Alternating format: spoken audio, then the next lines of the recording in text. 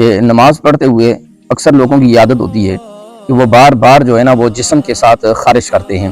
کبھی اس طرف سے خارش کی، کبھی بالوں کے ساتھ خارش کی، کبھی داڑھی کے ساتھ جو ہے نا انہوں نے ہاتھ لگایا، کبھی کپڑوں کو آگے پیچھے سے صحیح کیا.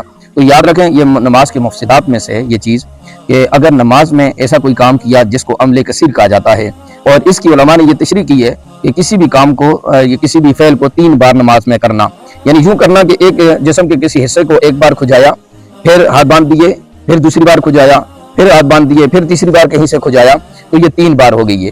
اس طرح اگر کسی نے ایک رکن میں 3 بار یہ کیا تو اس کی نماز فاسد ہو جائے گی، ٹوٹ جائے گی. یعنی قیام میں کھڑا تھا، رکوع سے پہلے جو قیام ہوتا ہے، تو اس قیام میں اگر 3 بار کسی نے اس طرح کھجایا یا کوئی عمل کیا تو اس سے اس کی نماز فاسد ہو جائے گی.